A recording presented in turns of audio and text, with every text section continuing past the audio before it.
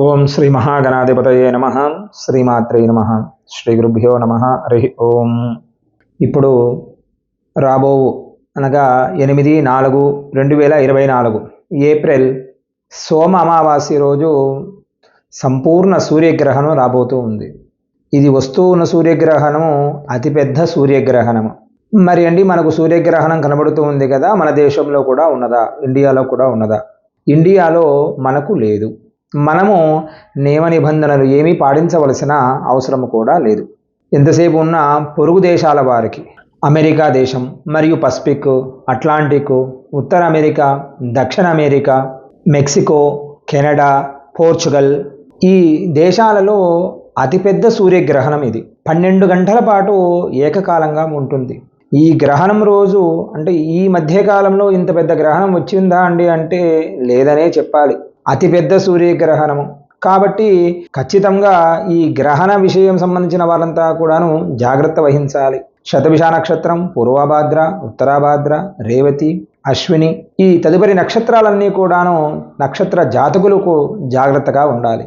ఈ నక్షత్రానికి సంబంధించిన కుంభరాశి వారు, మీనరాశి వారు, మేషరాశి వారు చాలా ఖచ్చితమైన నియమాలు పాటించాలి, జాగ్రత్త వహించాలి.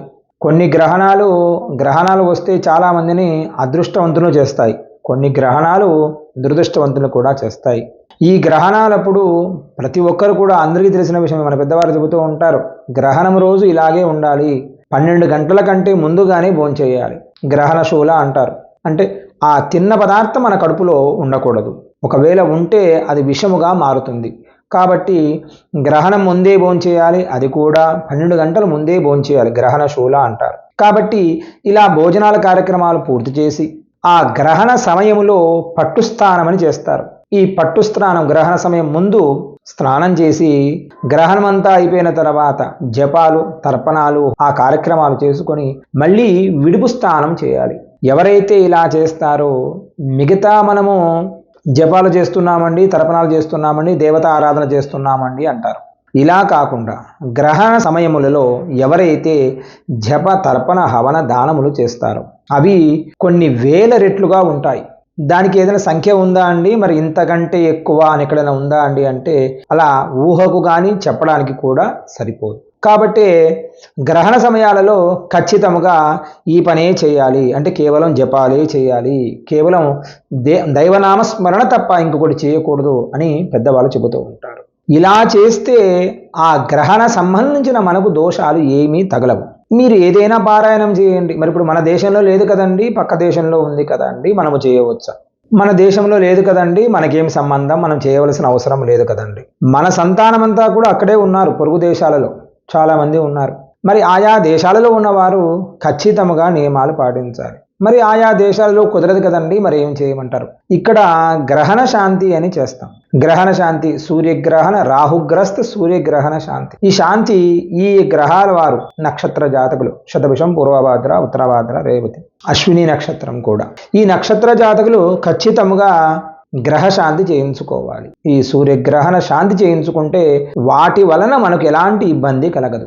అనేకమైన దానములు ఉంటాయి, వస్త్రములు ఉంటాయి. రాహుగ్రస్తం అంటే మినుములు దానం ఇవ్వాలి, బియ్యం ఇవ్వాలి, వెండి పామును దానం ఇవ్వాలి, నెయ్యిని ఇవ్వాలి. ఒక పళ్ళెంలో నెయ్యి పోసి సూర్యుని పెట్టి దానిలో పామును పెట్టి బ్రాహ్మణుడికి దానం ఇవ్వాలి, స్వయంపాక దానం ఇవ్వాలి. ఇవన్నీ ఇవ్వడం వలన ఆ గ్రహణానికి సంబంధించిన మనకు ఏదైనా దోషభూరిష్టం ఏదైనా ఉంటే ఆ దోషభూరిష్టం అంతా కూడా తొలగిపోతుంది. ఎలాంటి ఆ గ్రహణానికి సంబంధించిన మన మీద నీడ, ఛాయ మన మీద పడదు. సంపూర్ణ దైవతా అనుగ్రహం మనకు కలుగుతుంది. హోమాలు చేస్తారు, అయ్యా మాకు మా అబ్బాయికి మా మనవడికి ఇలా ఉందండి, ఆ గ్రహణ సమయంలో ఏం చేయాలి? గ్రహణ శాంతి చేయించండి. ఆ గ్రహణ సమయంలో బంధువులు కానీ మీ వాళ్ళు కానీ ఎవరైనా కానీ వారి గోత్రనామాలతోటి శాంతి చేయించుకోవాలి. శాంతి చేయించుకుంటే తద్వారా ఆ గ్రహణం వలన వచ్చు ఇబ్బందులు మనకు ఎలాంటి ఇబ్బందులు కలగవు. ఆ ఇబ్బందులన్నీ కూడా దూరం అయిపోతాయి. ఈ గ్రహణ సమయాలలో కేవలం దైవ నామస్మరణ మాత్రమే చేయాలి. గర్భిణీ స్త్రీలు ఖచ్చితంగా జాగ్రత్త వహించాలి. గ్రహణ సమయంలో ఎక్కడికి వెళ్ళకూడదు, ఎక్కడా తిరగకూడదు. చీకటి రూములో మీరు పడుకునే ప్రదేశం చీకటిగా ఉండాలి, వెలుతురు రాకుండా పడుకొని ఉండాలి. కదలకూడదు. గ్రహణ సమయంలో అటు ఇటు కదులుతున్నామండి వెళుతున్నామండి అని చేయకూడదు. చక్కగా పడుకొని నీట్గా కేవలం దైవనామ స్మరణ చేయాలి. లేదా మీరు నిద్రపోయినా పర్వాలేదు, కానీ ఏ పని మాత్రం చేయకూడదు. ఆ విషయాన్ని కూడా మీరు ఖచ్చితంగా గుర్తుపెట్టుకోవాలి. అయ్యా శర్మ గారు, మరి మా బంధువులు పలానా మా అబ్బాయి అక్కడ ఉన్నారండి, మరి ఏం చేయమంటారు? మీరు ఫోన్ చేసి చెప్పండి, మీ అబ్బాయి ఇలా ఉన్నారండి, మా అబ్బాయి ఉన్నారు, మా బంధువులు ఉన్నారండి అని. వారికి ఏదే గ్రహాలు అయితే ఇబ్బందిగా ఉన్నదో, ఇప్పుడు నక్షత్ర రాహుగ్రస్త దోషం కదండి మెయిన్.